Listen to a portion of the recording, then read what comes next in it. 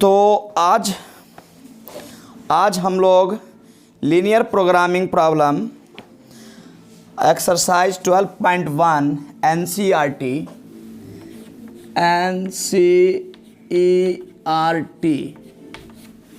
Exercise 12.1 question number 1 यानी हम लोग लीनियर प्रोग्रामिंग प्रॉब्लम सॉल्व करने जा रहे हैं एनसीईआरटी से। तो क्वेश्चन नंबर 1 हम लोगों का है z = 3x + 4y subject to constants. Constants है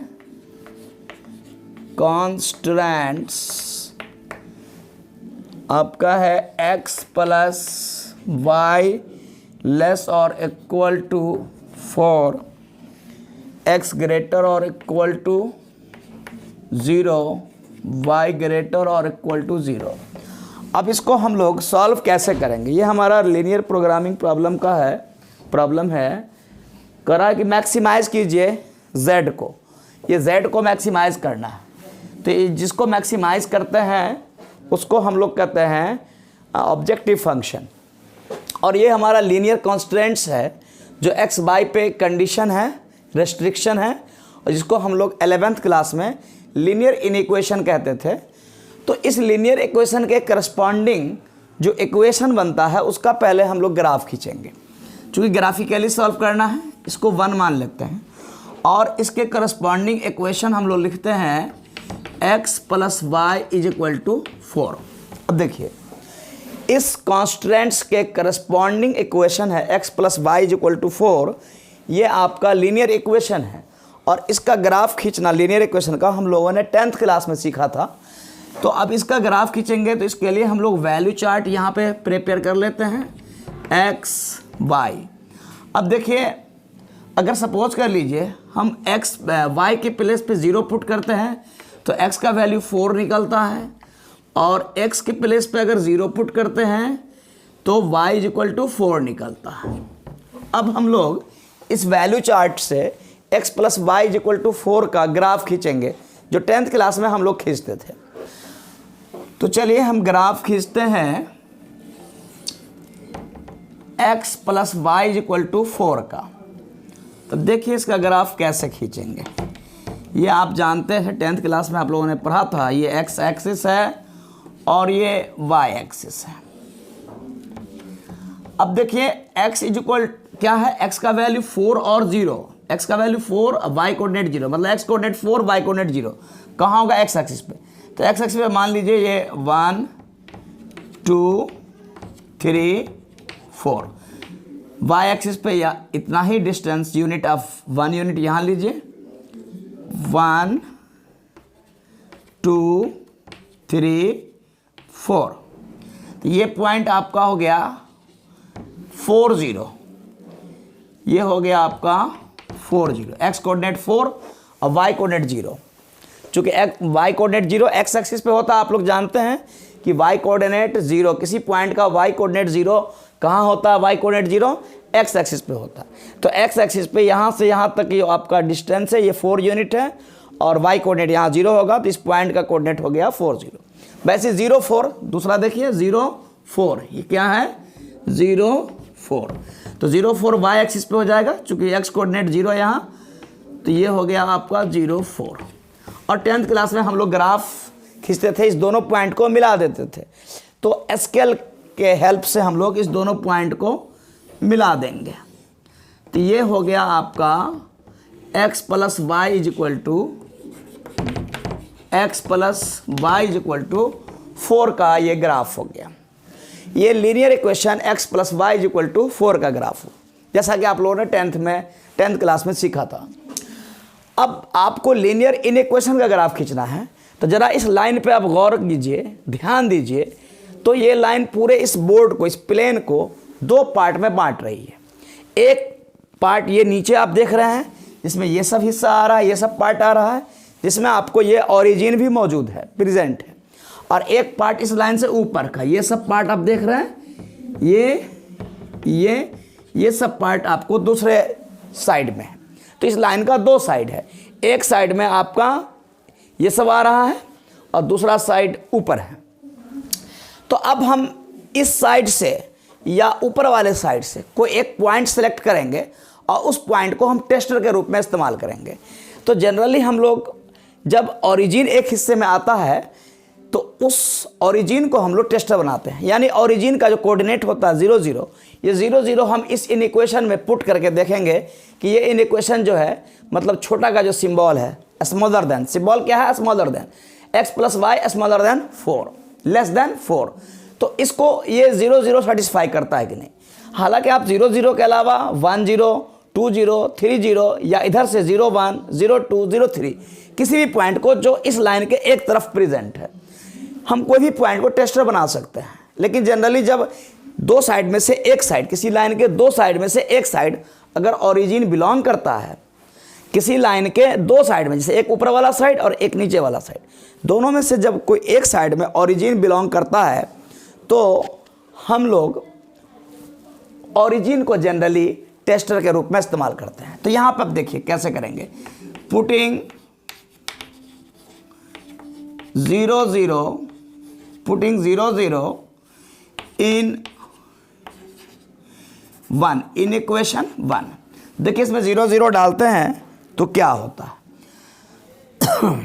0 प्लस 0 लेस और इक्वल टू 4, 0 प्लस 0 0 लेस और इक्वल टू 4। अब देखिए 0 इक्वल टू 4 तो नहीं, चूंकि हमको इक्वेशन को सेटिस्फाई नहीं करना है, इन इक्वेशन को करना है, इनइक्वालिटीज को। तो 0 छोटा है 4 से, तो ये तो ट्रू रिलेशन है। ये कैसा रिलेशन है? ट्रू रिलेशन है, मतलब सेटिस्फाइड रिलेशन है। तो इसका मतलब है कि इस लाइन के नीचे वाला जो हिस्सा, हमारा निचला जो पार्ट है, ये पार्ट जिसमें ओरिजिन भी बिलोंग कर रहा है, ये सब ये हमारा ग्राफ हो गया। तो अब हमने देख लिया कि इस लाइन का नीचे वाला जो पार्ट है हमारा, ये सब ग्राफ होगा इस इन इक्वेशन का। x plus Y less than 4, x plus Y less than 4 का ग्राफ जो होगा वो ये सब नीचे वाला हिस्सा होगा, जैसा कि हमने 11th क्लास में देखा था। तो अब हम लोगों को इस ये सारा पोर्शन देख रहे हैं, ये सब पोर्शन, ये हमारा ग्राफ हुआ इस इन इक्वेशन का, x plus Y less than 4 का। लेकिन यहां पे अब देखिए दूसरा कंडीशन है कि x ग्रेटर देन 0, x 0 से बड़ा, तो x मतलब x 0 से बड़ा मतलब कि x पॉजिटिव। तो x पॉजिटिव कहां होता है? y एक्सिस, ये देख रहे हैं क्या है? y एक्सिस, y एक्सिस से राइट साइड में, मतलब इधर आपका x पॉजिटिव होता है। तो अगर हम इधर शेड करते हैं, इधर सोचते हैं, तब तो ये हिस्सा, ये दोनों पार्ट छंट जाएगा, अब ये दोनों कॉमन पार्ट हो जाएगा। लेकिन फिर दूसरा कंडीशन है y ग्रेटर देन 0, मतलब y पॉजिटिव होना चाहिए। तो y पॉजिटिव, x एक्सिस से ऊपर y पॉजिटिव होता है, तो फिर ये दोनों आप छट जाए, ये भी आपका छट जाएगा। तो इससे ऊपर ये हिस्सा, यानी कि ये जो आप देख रहे हैं ट्रायंगुलर एरिया, ट्रायंगुलर रीजन, ये क्लोज रीजन है, ये ट्रायंगुलर रीजन ही आपका ग्राफ हो गया। ये ट्रायंगुलर रीजन हमारा सॉल्यूशन रीजन है, फिजिबल रीजन इसको कहते हैं हम लोग। ये तीनों को सेटिस्फाई करा, तीन इनइक्वालिटी है। x plus Y less than 4 मतलब इस लाइन से नीचे, x ग्रेटर देन 0 मतलब y एक्सिस से राइट, और y ग्रेटर देन 0 मतलब x एक्सिस से ऊपर। इस तीनों को ये सेटिस्फाई कर रहा है। तो ये हमारा रिक्वायर्ड, ये जो रीजन है, यही हमारा सॉल्यूशन रीजन है, जिसको हम फिजिबल रीजन भी कहते हैं। क्या कहते हैं? फिजिबल रीजन कहते हैं। तो ये हमारा ग्राफ हो गया। अब ग्राफ तब हो गया, ये फिजिबल रीजन मालूम हो गया। अब इसमें देखिए ये 3 पॉइंट है जो बाउंड्री पर है, इस रीजन के बाउंड्री पर है। तो जो रीजन, ये तीनों रीजन को हम लोग कहेंगे, ये तीनों पॉइंट को, ये तीनों वर्टेक्स को, 0 0, ये 4 0 और 0 4, इसको हम लोग कहेंगे कॉर्नर पॉइंट्स। इसी कॉर्नर पॉइंट्स पर आपका जो ये ऑब्जेक्टिव फंक्शन है, ये मैक्सिमम हो सकता है या मिनिमम हो सकता है, क्योंकि ये क्लोज रीजन है। रीजन 2 टाइप के होते हैं, एक क्लोज रीजन, अगर इधर वाला ग्राफ हो जाता हमारा तो ये ओपन रीजन। तो क्लोज रीजन में आपको फंक्शन के पास मैक्सिमम और मिनिमम वैल्यू दोनों होता है। लेकिन यहाँ पर हमको मैक्सिमाइज करने के लिए कहा है, क्वेश्चन में आपके बुक में कह रहा है कि इसको मैक्सिमाइज करो। तो हम लोग क्या करेंगे, यहाँ पर कॉर्नर पॉइंट लिखेंगे। क्या लिखेंगे बच्चों? यहाँ पे हम लोग कॉर्नर पॉइंट लिखेंगे, कॉर्नर पॉइंट, कॉर्नर पॉइंट, और कॉर्नर पॉइंट, और यहाँ पर ऑब्जेक्टिव फंक्शन लिखेंगे z = 3x प्लस 4y। अब तीनों कॉर्नर पॉइंट को यहाँ पे लिस्ट करेंगे। पहला हमारा 0 0 0 0, दूसरा पॉइंट है हमारा 4 0 वहाँ, और तीसरा है 0 4। तो z का वैल्यू देखेंगे हम 0 0 पे, तो ये 0 3 इंटू 0 0 प्लस 4 इंटू 0 0 आ जाएगा। इस पे हम z का वैल्यू देखेंगे तो 4 3 12 प्लस ये 4 इंटू 0 0 हो जाएगा, और इस पे 0 का वैल्यू हो जाएगा ये 0 प्लस 4 4 60। तो आप ज़रा गौर से देखिए आप लोग ध्यान से कि 0 4 जो हमारा पॉइंट है 0 4, इस पे फंक्शन के पास मैक्सिमम वैल्यू 16 मिल रहा है हमको। तो z आपका मैक्सिमम हो रहा है 0 4 पे, और z का यानी ऑब्जेक्टिव फंक्शन का मैक्सिमम वैल्यू है 0। तो 10 हम लोग कहेंगे 10 z is maximum at point 0 4। मतलब कि x कोऑर्डिनेट 0, जिस पॉइंट का x कोऑर्डिनेट 0 और y कोऑर्डिनेट 4 है, उस पे फंक्शन को मैक्सिमम वैल्यू मिल रहा है। एंड फंक्शन का maximum value z max is equal to हो गया 16। ये हमारा हो गया फाइनल आंसर। तो मैं उम्मीद करता हूँ कि आप लोगों को समझ में आ रहा है। ठीक है, मैं फिर अब अगला प्रॉब्लम क्वेश्चन नंबर 2 देखने जा रहा हूँ।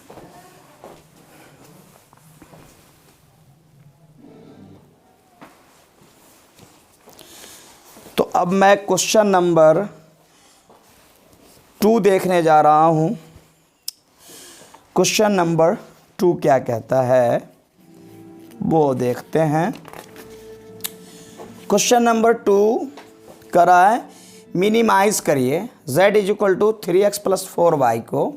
यहाँ पे दो objective linear inequations that is linear constants दो दिए हुए हैं। Question number 2, question number 2 minimise करा क्वेश्चन हमारा, मिनिमाइज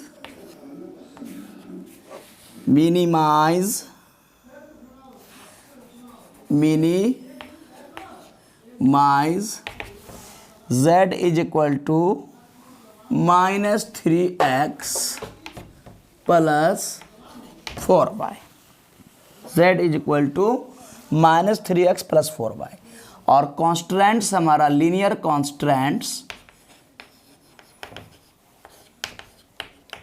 कॉन्स्टेंट्स है x प्लस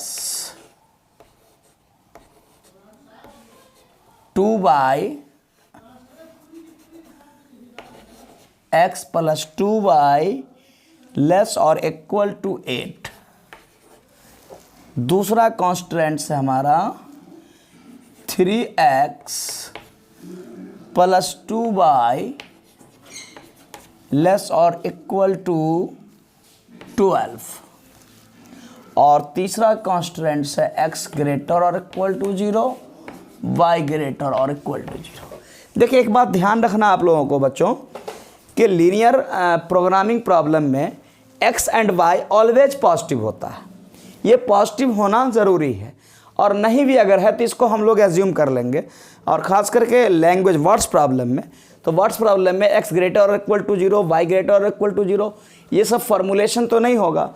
तो हम लोग को वर्ड्स यानी लैंग्वेज को पढ़ के समझ करके फॉर्मुलेट करना होगा लीनियर प्रोग्रामिंग प्रॉब्लम को। पहले इस फॉर्म में फॉर्मुलेट कर लेंगे, फिर फॉर्मुलेट करने के बाद सॉल्व करेंगे। लेकिन x ग्रेटर दैन 0 और y greater than 0 always necessary है।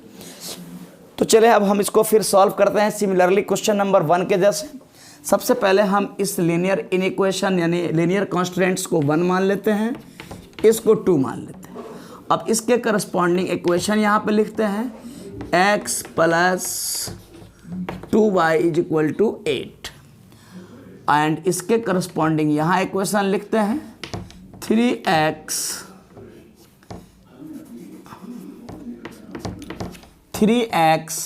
Plus 2y is equal to 12। दोनों का वैल्यू चार्ट हम यहाँ पर तैयार करते हैं, प्रिपेयर करते हैं। X y. अगर यहाँ पे, और फिर इसका भी चलिए यहाँ भी साइड में कर लेते हैं, एक्स वाई। अगर y का वैल्यू 0 डालते हैं तो x 8 मिलता है, y अगर 0 डालते हैं तो x 8 मिलता है, x 0 डालते हैं तो y 4 मिलता है। मतलब x 0 हो जाएगा तो 2y = 8, तो 2 4 जाए 8। बस सिमिलरली इसमें अगर y का वैल्यू 0 डालते हैं 3x = 12, तो 3 4 जाए 12। y अगर 0 डालते हैं तो x = 4 मिलेगा, और x 0 डालेंगे तो 2y = 12, तो 2 6 जाए 12, y का वैल्यू 6 मिलेगा। दोनों का वैल्यू चार्ट तैयार हो गया है। अब हम लोग ग्राफ खींचेंगे 10th क्लास के according. x linear equation x + 2y = 8 and 3x + 2y = 12 का। तो देखिए इसके लिए हम लोगों को x एक्सिस और y एक्सिस तो लेना ज़रूरी है।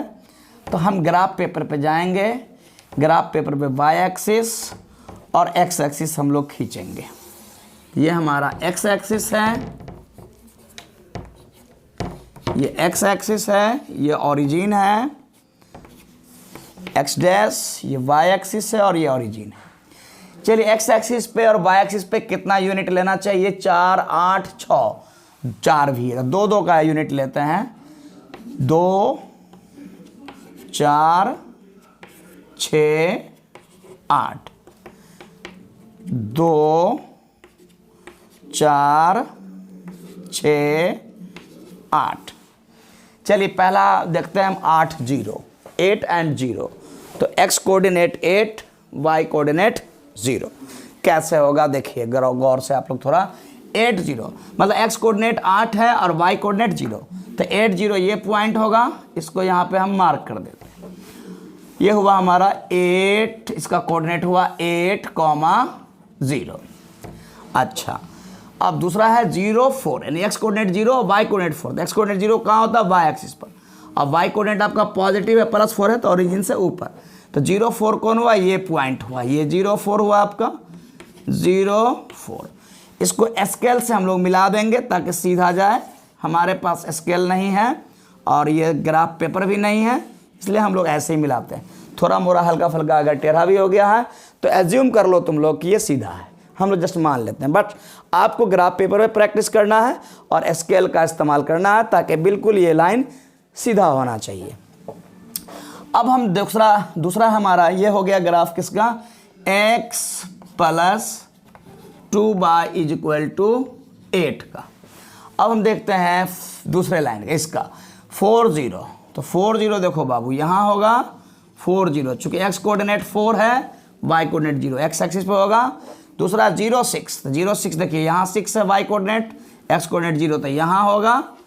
अब इसको हम लोग 0 6 और 4 0 को, ये 4 0 है, इसको भी हम स्केल के माध्यम से, स्केल से हम लोग मिलाएंगे ताकि बिल्कुल सीधा हो, टेढ़ा उड़ा नहीं होना चाहिए। खास कि ग्राफ पेपर पे जब आप बनाएंगे, सॉल्व करेंगे। ये हो गया आपको 3x + 2y = 12 का ग्राफ हो गया। अब देखो जरा गौर से तुम लोग, पहला तुम्हारा कौन है? x + 2y = 8। इस पर जरा ध्यान दो। तो ये भी पूरे प्लेन को 2 हिस्से में, 2 पार्ट में बांट रहा। एक हिस्सा इसके नीचे जिधर ओरिजिन मौजूद है और एक इस लाइन के ऊपर।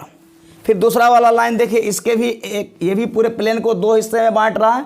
2 पार्ट में एक पार्ट ये है जिधर ओरिजिन है, ये सब आ रहा है, और एक पार्ट वह जो इससे ऊपर है जिधर ओरिजिन नहीं है।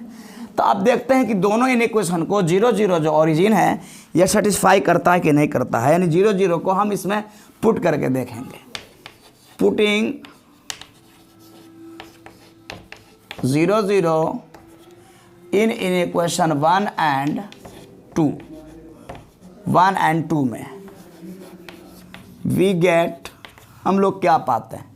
देखिए x 0 डालोगे तो 0 + 2 × 0, ये भी 0, <= 8, मतलब 0 <= 8, स्मॉल और = 8।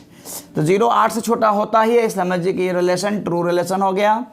अब दूसरा में आ जाइए, यहाँ भी सही हो जाएगा। 3 × 0 0 + 2 × 0 0 <= 12, यानी 0 <= 12, ये भी ट्रू है। इसका मतलब यहाँ से क्लियर होता है कि इस लाइन के नीचे वाला जो हिस्सा है ये सब ग्राफ होगा हमारा, ये सब होगा ग्राफ, ठीक। और इस लाइन के भी नीचे वाला हमारा हिस्सा ये सब ग्राफ होगा, ये सब ग्राफ होगा, ये भी आएगा, ये आएगा, ये आएगा, ये आएगा, ये आएगा, ये सब आएगा। तो देखा जाए हम इसको शेड नहीं करेंगे क्योंकि हम लोग 3-4 कलर का इस्तेमाल नहीं करेंगे, एक ही कलर से करेंगे। तो हम लोग कॉमन रीजन ढूंढ के इसको शेड करेंगे। देखें कॉमन रीजन कौन है।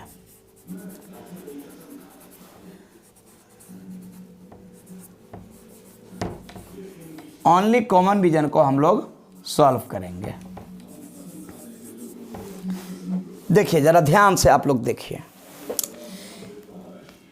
तो पता ये चला कि इस लाइन के नीचे वाला हिस्सा, तो इसमें कौन कौन आ रहा है, ये सब पोर्शन आ रहा है, ये सब पोर्शन आ रहा है। और इस लाइन के भी नीचे वाला हिस्सा में ये सब पोर्शन आ रहा है, साथ साथ ये ट्रायंगुलर रीजन ये भी आ रहा है और ये भी आ रहा है। तो दोनों में कॉमन, तो दोनों में कॉमन आपको ये हिस्सा हो जा रहा है, 1 2 3 4, ये एरिया आपको कॉमन है जो इस लाइन के भी नीचे आ रहा है और इस लाइन के भी नीचे आ रहा है। जरा ध्यान से देखिए, ये रीजन, ये रीजन, ये रीजन और ये रीजन, ये सब दोनों लाइन के नीचे आ रहा है। इस लाइन के भी नीचे आ रहा है जिधर ओरिजिन है, और इस लाइन के भी इस साइड में आ रहा है जिधर ओरिजिन है। तो इस दोनों लाइन में ये आपका ग्राफ होना चाहिए। लेकिन आपके पास और भी कॉन्स्टेंट से लीनियर इक्वेशन है। x ग्रेटर देन 0, तो x greater than 0 y axis के राइट साइड में होता है, इधर पॉजिटिव होता है। तब तो अब ये छट जाएगा और ये छट जाएगा। y ग्रेटर देन 0, तो y ग्रेटर देन 0 इस लाइन से x एक्सिस से ऊपर होता है, तब अब ये छट जाएगा। तो ओवरऑल आपका कॉमन रीजन ये है, देख रहे हैं ये क्वाड्रिलेटरल के फॉर्म में, ये हिस्सा आपका हो गया ग्राफ। यानी ये हमारा कौन रीजन कहते हैं, सॉल्यूशन रीजन कह सकते हैं इसको। ये आपका सॉल्यूशन रीजन होगा। तो इस हिस्से को, इसको हम शेड कर देंगे ग्राफ पेपर में। जब ग्राफ पेपर में हम दिखाएंगे इसको, तो ओनली इसको हम लोग शेड कर देंगे, सारे को शेड करने की ज़रूरत नहीं। अब इसमें कॉर्नर पॉइंट देखो, 1 2 3 तो दिखाई पड़ रहा है, 0 0 4 0 और ये 0 4। लेकिन ये जो पॉइंट है हमारा, ये पॉइंट को P मान लो, इसको कुछ नाम दे दो सबको, इसको A नाम दे दो, इसको B नाम दे दो। तो ये P पॉइंट ऑफ इंटरसेक्शन है इन इक्वेशन 1 के करस्पॉन्डिंग इस दोनों का। तो इस दोनों को हम सॉल्व कर देंगे। यहाँ पर लिखते हैं सॉल्विंग 1 and 2। तो इस दोनों को तो सॉल्व नहीं करेंगे, इसी के करस्पॉन्डिंग उस दोनों को सॉल्व करेंगे। तो क्या क्या मिलेगा, x इज इक्वल टू कैसे निकालेंगे, इसको 3 से अगर मल्टीप्लाई करके इसमें से सब्ट्रैक्ट कर दें, या इसमें 3 से मल्टीप्लाई करके इसमें से सब्ट्रैक्ट कर दें, तो 3x कैंसिल हो जाएगा। 3 2 6y minus 2y 4y is equal to आपको मिल जाएगा 3 8 जा 24 और माइनस 12, तो 24 माइनस 12 हो जाएगा। तो y इज इक्वल टू 3 निकल जाएगा। y का वैल्यू 3 निकलेगा, तो यहाँ डाल देंगे 2 3 जा 6, तो 6 को इधर भेज दीजिए 8 की तरफ, तो 8 माइनस 6 2 हो जाएगा। x is equal to 2, x is equal to 2। Therefore आपका P पॉइंट निकल गया 2 3। अब हम देखिए, अब ये जो सॉल्यूशन रीजन था हमारा, अब इस रीजन में ज़रा गौर से देखिए, 1 2 3 4 चारों कॉर्नर पॉइंट हमको मालूम हो गया। तो अब हम चारों कॉर्नर पॉइंट पे देखेंगे कि z का वैल्यू किस पर ज़्यादा है और किस पे कम है। तो यहाँ पे मिनिमम वैल्यू हम लोगों को निकालना है। हम लोगों को क्या निकालना है, मिनिमम वैल्यू। तो अब मिनिमम वैल्यू निकालने के लिए, जैसे अभी कॉर्नर पॉइंट हम लोग लिखे थे थोड़ा देर पहले, तो यहाँ पे हम कॉर्नर पॉइंट लिख लेंगे, कॉर्नर पॉइंट्स, और यहाँ पे z is equal to -3x plus 4y। अब हमारे पास कॉर्नर पॉइंट्स है बउआ, कौन कौन है जरा गौर से देखिए। पहला कॉर्नर 0 0 शुरू करते हैं ओरिजिन से, पहला कॉर्नर पॉइंट 0 0 है। दूसरा हमारा क्या है 4 0। तीसरा क्या है बाबू, अभी निकला P पॉइंट का कोऑर्डिनेट 2 3।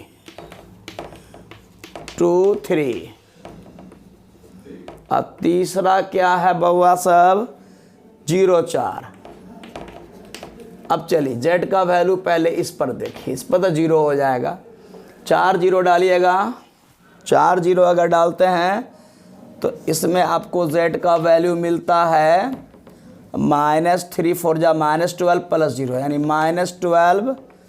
इस पर देखते हैं तो z का वैल्यू मिलता है 3 2 जा 6 -6 और प्लस 4 3 जा 12 तो 12 -6 6 मिलता है।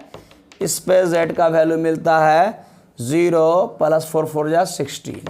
देखिए सबसे ज़्यादा 16 पे मिलता है, तो अगर फंक्शन का मैक्सिमम वैल्यू पूछा जाता तो 16 होता, लेकिन पूछा गया मिनिमम वैल्यू तो सबसे कम वैल्यू -12 है। इसलिए हम लोग कहेंगे z is minimum at point 40 and minimum value of z is, therefore हम लोग लिखेंगे कि z